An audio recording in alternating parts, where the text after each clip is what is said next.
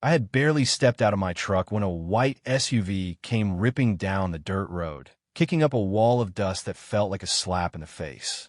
The woman who stepped out, a lady I'd later know as Beatrice Vance, didn't oppose to even look at me. She just stared at my tent with this expression like she found a dead rat in her morning latte. And before I could even say hello, she shoved a folded map against my chest and told me I had 15 minutes to vacate because I was trespassing on private community land. Now, you have to understand, I didn't just wander out into the Nevada desert on a whim. I'd spent my entire military pension and every cent of my savings on these 40 acres of scrubland because I wanted to hear the silence. I wanted to see the stars without a street lamp drowning them out. And most of all, I wanted to live somewhere where no one could tell me what color my front door had to be. But looking into Beatrice's eyes, hidden behind those oversized, expensive sunglasses, I realized that my version of paradise was about to become a battlefield, and she had no idea that she'd just picked a fight with a man who had spent a decade mapping hostile territory for the Marine Corps.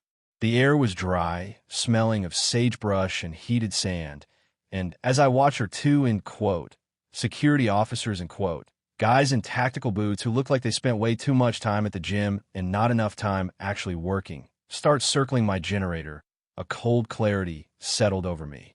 I tried to be the bigger person at first. I really did. So I walked over to my truck, pulled out my leather-bound folder containing the original deed, the county certified plat map, and the title insurance, and I offered it to her with a steady hand.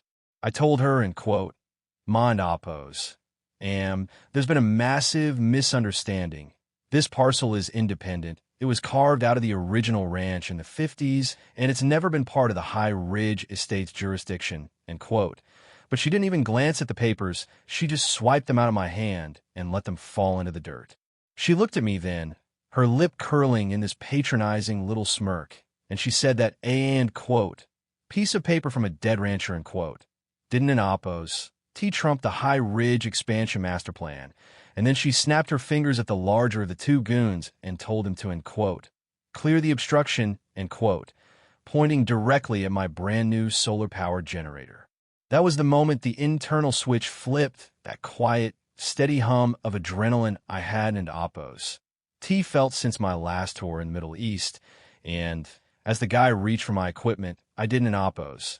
To yell or lose my cool, I just stepped in his path and told him very softly that if he touched a single bolt on that machine, we were going to find out exactly how long it takes for the sheriff to drive 40 miles out here. He hesitated, seeing something in my eyes that Beatrice was too arrogant to notice, but she started shrieking from the SUV about, end quote, compliance, end quote, and end quote, illegal squatting, end quote, and the guy made the mistake of trying to put a hand on my shoulder to move me aside. It was a clumsy move, a bully's move, and I just rotated my hip, caught his wrist in a gentle but firm lock, and guided his momentum right past me until he was stumbling toward the sagebrush, trying to find his balance while his partner reached for a baton.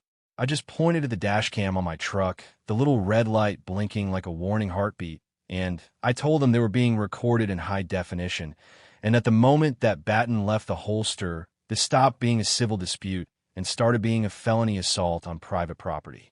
Beatrice was fuming, her face turning a shade of purple that matched her designer scarf, and she retreated to her SUV, shouting that I'd regret the day I moved to Black Rock County, leaving me there in the settling dust with my wife, Sarah, who was holding our daughter's hand so tight her knuckles were white. We spent that first night under the stars not celebrating our new home, but sitting by the fire, looking at the dark silhouette of the ridge and wondering if we'd traded the noise of the city for a much more dangerous kind of conflict. The next morning, the end quote, paper war, end quote, began in earnest when a process server drove out to hand me a packet thick enough to be a novel, filled with fines totaling $12,000 for, end quote, unauthorized habitation, end quote, environmental degradation, end quote, and end quote, aesthetic violations, end quote. They had included a map, a colorful, professional-looking thing that showed my 40 acres shaded in orange as, end quote, Phase 6 residential expansion, end quote. But as I laid it out on my tailgate and pulled out my old surveying transit, I started to notice things that didn't oppose. T add up, things that a regular homeowner might miss, but a guy who lived by coordinates couldn't oppose. T ignore. The map Beatrice was using had a county seal in the corner, but the font was slightly off, and the boundaries she'd drawn followed the natural dry creek bed rather than the actual iron pins I'd found buried near the north corner. And when I overlaid her map with the official Bureau of Land Management data, I nearly fell off my tailgate. This wasn't an oppos, just a mistake or a boundary dispute. Beatrice and her HOA board were claiming a massive stretch of federal land, government property, as part of their private estate, and they were likely charging their members in quote, protection fees in quote, for land they didn't and oppos to even own. I called an old buddy of mine, a guy named Miller who worked the records desk at the county seat, and I sent him photos of the seal on Beatrice's map. And 3 minutes later, my phone rang with Miller, sounding like he'd just seen a ghost, telling me that the seal on that document was a retired version from the late 90s that shooed into oppos, TB on any active filing. He told me, and quote, Elias, if she's using that to enforce fines, she's not just being a jerk, she's committing third-degree forgery, end quote. And that was the moment I realized I wasn't an oppos. Just defending my home, I was sitting on the thread that could unravel her entire empire. But Beatrice didn't and oppos. No, she was sinking. She was too busy doubling down. And over the next week, the harassment turned into a psychological siege where she hired a local company to put up a massive, ugly billboard right on the edge of the road facing my property that read, and quote, future site of the High Ridge Community Center, end quote, effectively trying to tell the world I didn't an oppos exist. She even had a drone buzzing over our tent at dinner time, a tiny, annoying hornet of a thing that Sarah hated, and one afternoon, I'd had enough of the buzzing, so I didn't an oppos shoot it down. That would be illegal. I just stood out in the middle of the field with a high-powered flashlight and a large mirror, reflecting the desert sun right into the drone's camera lens until the operator lost the feed, and it went into an automated emergency, landing right into a cactus patch. I walked over, picked it up, and kept it in a Faraday bag, waiting for someone to come claim it so I could have another recorded conversation about illegal surveillance and privacy laws. The turning point came when an old man named Silas drove up in a beat-up Ford, looking like the desert had spent 70 years trying to dry him out, and he asked me if I was the guy, in quote, fighting the HOA lady, in quote. We sat on my porch, which was just a couple of lawn chairs on a plywood platform back then, and he told me a story that broke my heart about how his wife had passed away 5 years ago and Beatrice had used a series of, in quote, unpaid landscape fines, in quote, to foreclose on their small cabin, eventually selling the land to a developer for $250,000 while Silas moved into a trailer park. He handed me a folder of his own, filled with the same forged seals and the same aggressive language, and he whispered, in quote, I didn't oppos. Have the strength to fight her, Elias, but I think you do. End quote.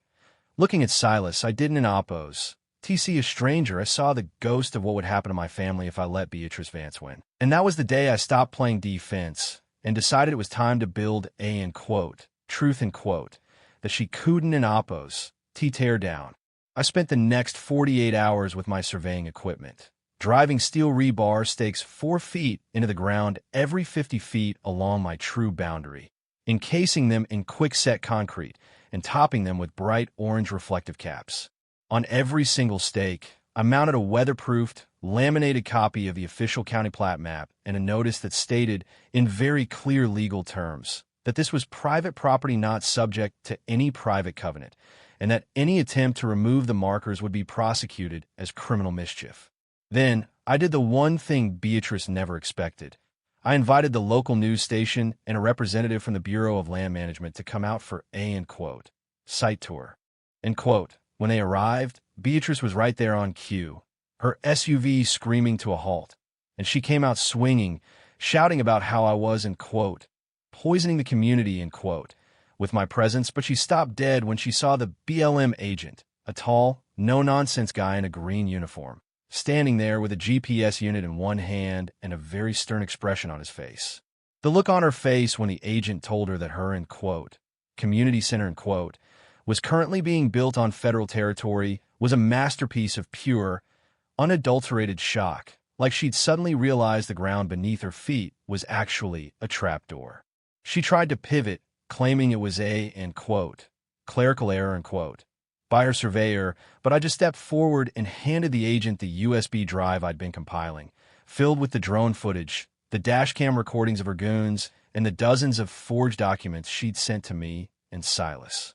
I told her, right there in front of the cameras, and quote, "Beatrice, you spent so much time trying to exhaust me socially and financially that you forgot to check if the lies you were telling were actually legal. And now the state of Nevada is going to have a very long conversation with you about where all those HOA dues have been going." End quote. The fallout was like a landslide, the kind that starts with a single pebble and into the whole mountain moving, as the district attorney's office opened an investigation that revealed Beatrice had been funneling nearly 40% of the community's fees into a shell company owned by her brother-in-law, the guy who ran the security firm. She wasn't into oppos, just a bossy neighbor. She was a predator who had turned the concept of a neighborhood into a personal piggy bank. And as the indictment started rolling in, forgery, embezzlement, and a federal charge for land conversion, the High Ridge HOA was legally dissolved by a court order. I remember the day the billboards came down, watching the crew rip that ugly sign out of the dirt, and the silence that followed was the sweetest thing I've ever heard, a silence that belonged to me, to Sarah, and to Silas, who ended up getting a massive settlement that allowed him to buy a beautiful little place of his own just a few miles down the road. Now, when I sit out on my porch, a real one this time, attached to a house we built with our own hands, I look at those steel stakes and I think about the line between order and tyranny, and how easy it is for people in power to start believing their own fiction if no one has the courage to stand up and say, end quote, no, end quote. People ask me if I hate HOAs now, and I tell them in oppos, it's not about the association. In oppos, it's about the accountability, because a community is supposed to be a shield, not a sword. And the moment you start using a map to steal someone's peace, you've already lost the right to call yourself a neighbor. But I want to know what you guys think, because I see this happening all over the country. Small groups of people taking over local boards and treating their neighbors like subjects in a kingdom. Have you ever had to draw a line in the dirt to protect your home? Or do you think the rules are there for a reason, and I should have just found a way to, end quote, integrate, end quote, like Beatrice wanted? Is a man's home really his castle anymore? Or are we all just living on borrowed time until someone with a louder voice and a fake map decides they want our view? Drop a comment below. Let in oppos. Let's talk about it, because I have a feeling my story is just the tip of the iceberg, and I'm curious to see how many of you are still fighting your own versions of Beatrice Vance.